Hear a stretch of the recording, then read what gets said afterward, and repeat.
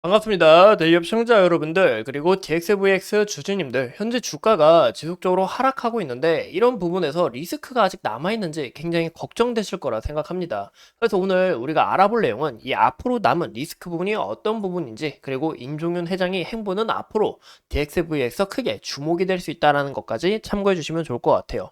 오늘 영상은 굉장히 중요한 만큼 끝까지 시청해 주시고, DXVX 이 전망에 대해서 제가 끝까지 파헤쳐 보면서 여러분들과 함께 하도록 하겠습니다. 우리가 주로 이제 알아볼 내용은 현재 이 경영권 문제에서 이명재들이 승리를 하면서 이 경영권을 이제 가져왔지만 이 풀어야 할 과제가 산더미입니다. 그중 이 경영권을 안정화해야 되고 또 이 핵심 중에 하나는 이 상속세를 마련을 해야 된다는 거예요. 그래서 현재 이 상속세에 관련해서 내용을 보면 이 5년간 6차례 상속세를 분할 납부를 해야 되는데 지금까지 3차 납부를 했습니다. 그럼 아직 얼마나 남았냐? 2,700억이라는 이 대규모 자금이 남아있다라는 거예요. 그래서 이 4차 납부 기간이 이제 4월 말인데 얼마 남지 않았죠? 이 얼마 남지 않은 만큼 이 DXVX의 이 행보가 좀 굉장히 중요해 볼 거라고 생각합니다. 현재 임종윤 같은 경우 보시는 것처럼 이 개인 회사를 갖고 있어요. 이 개인 회사 코리그룹을 현재 갖고 있는데 이 코리그룹을 통해서 자금 조달을 하지 않을까라고 현재 좀 전망을 하고 있습니다. 그래서 현재 1조 가치가 넘는 이 주식을 뭐 담보대출을 받든지 이런 부분에서 이 상속세라는 급한 불을 끄고 이 IPO를 진행하면서 이 남은 지원도 마련하는 부분이 굉장히 크게 큰 핵심 요소라고 볼 수가 있습니다. 그래서 이 과정에서 지분을 사들이면서 이 경영권을 어느 정도 확보해 주지 않을까라는 것을 우리가 확인해 볼 수가 있고, DXVX 같은 경우 현재 이런 바이오 기업인 만큼 이런 임상 이런 부분도 굉장히 중요하지만 이 경영권과 이 자금 조달을 우리가 상시 체크해 보셔야 된다라고 말씀을 드리고 싶습니다. 근데 이제 앞으로 임 회장님의 행보를 주목받는 곳은 이 DXVX가 좀 되지 않을까 싶어요. 그 이유가 이제 한미 사이언스, 이 한미 양품에서 유능한 인재를 대량 영입을 했고, 또 홍콩에 본사를 둔 이 코리그룹과 달리 국내의 본인의 이 측근들, 내 왼팔, 오른팔들을 모두 다 포진시켜둔 곳이 바로 이 DXVX라는 곳이죠. 그렇기 때문에 현재 이 DXVX가 차후로 이 주목되지 않을까라고 좀 전망을 하고 있고, 현재 이 한미그룹과 같은 현재 이 굉장히 경영권이 굉장히 복잡합니다. 이 친가 쪽으로 이 외 가족들로 현재 다 구성이 되어 있고, 이 경영권에서는 현재 재편이 굉장히 필요하다는 거예요. 제일 아쉬운 부분이 바로 이 임 회장님의 영향력이 매우 낮다라는 부분과 이 자금 문제가 현재 크게 주가가 상승하는 데 있어서 발목을 크게 잡는다라고 볼 수가 있습니다. 그렇기 때문에 이 어떻게 해야 되냐? 바로 죄송합니다. 이 삼자 유상증자와 시비 발행 이 합병을 통한 이런 전략들을 짜야 지분을 확보할 수가 있고 이 지분에 있어서 이 지배력까지 키울 수 있다는 겁니다. 그래서 이런 지배력을 키우는 부분이 앞으로 경영권 안정화에 있어서 굉장히 중요한 부분이다라고 볼 수가 있을 것 같아요. 이 지분 영향력이 낮게 될 경우 이번 경영권 분쟁처럼 이 다툼이 생기면서 이 경영에서 굉장히 크게 이견이 생길 수 있다는 겁니다. 이 경영권은 언제든지 뺏길 수 있다라고 참고해 주시면 좋을 것 같고, 한미 사이언스 한번 볼게요. 보시면 이 한미약품 한번 먼저 보겠습니다.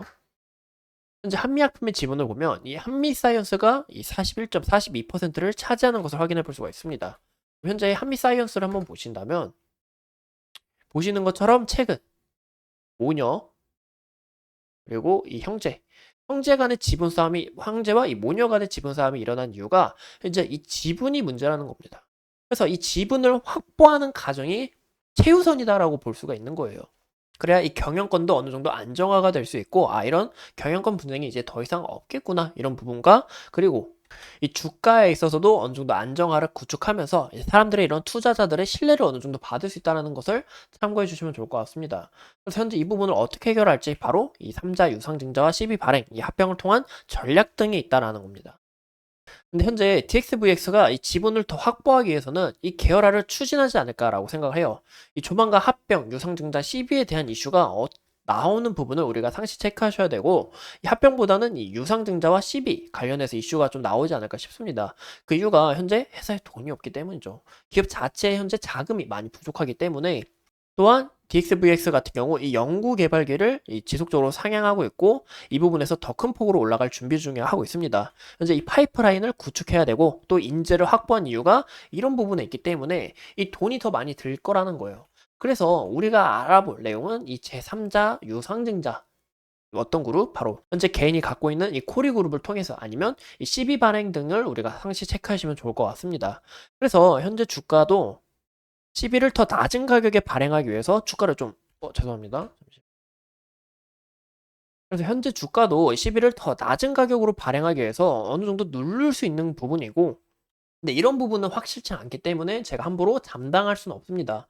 이 CB 발행 이슈나 아니면 제3자 유상증자를 하게 된다면 이 제3자 유상증자 시 이 주가에 좀 기대감이 크게 불어오면서 앞으로 상승 모멘텀이 되지 않을까라고 보이고 있고 이 CB 발행에 있어서도 주가가 하락이 될 수 있는 요인이 되고 현재 기업 가치 이런 부분에서 이제 앞으로 경영권도 안정화가 되었고 뭐 추가적으로 이제 이 신약이나 이 파이프라인에 대한 이슈가 나오겠지 이런 기대감으로 또 오를 수 있는 요인이 되기 때문에 제가 함부로 또 장담할 수는 없는 부분입니다.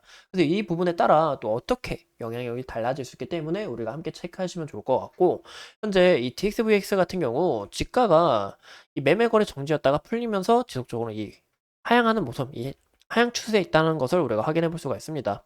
그래서 현재 모습에 있어서는 보시는 것처럼 21선을 지속적으로 지지를 받아주는 것을 확인해 볼 수가 있어요.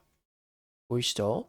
21선을 지속적으로 지지를 받아주고 있고 21선을 이탈하게 될 경우 크게 조정에 받는다라는 것을 소폭 이해해 볼 수가 있는데 현재 구간에서도 21선 지지를 받아주고 있다. 그래서 현재 이 부분을 이탈하게 될 시 주가가 어느 정도 좀 조정이 받을 우려가 있다는 것을 참고해 주시면 좋을 것 같습니다.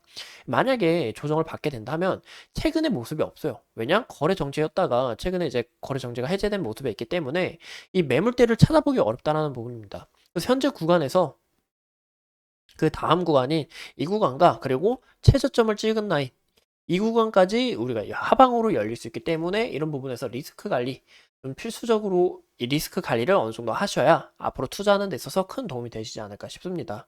현재 구간에 있어서는 이 지속적으로 저항을 맞는 것을 확인해 볼 수가 있어요. 이 121선과 61선에서 어느 정도 좀 저항을 받는다. 이 장기 이평선에서 어느 정도 눌린다라는 것을 확인해 볼 수가 있는데 여기서 물량을 어느 정도 소화한 후에 다시 한 번 더 수급이 들어오면서 주가 상승 모멘텀이 돼야 되지 않을까라고 보이고 있습니다. 그래서 이런 부분에 있어서는 이 경영권 안정화와 그리고 제3자 유상증자 이런 뭐 자금 조달에 대한 이슈가 나오게 될 경우 앞으로 이 모멘텀이 더 크게 올라가지 않을까라고 보고 있습니다. 이상 이 DXVX에 대해서 함께 알아봤고 앞으로 이 추가적인 이슈가 어떤 부분이 있는지 우리가 함께 알아보면서 끝까지 함께 하도록 하겠습니다. 오늘도 이렇게 소중하게 시청해 주셔서 감사합니다.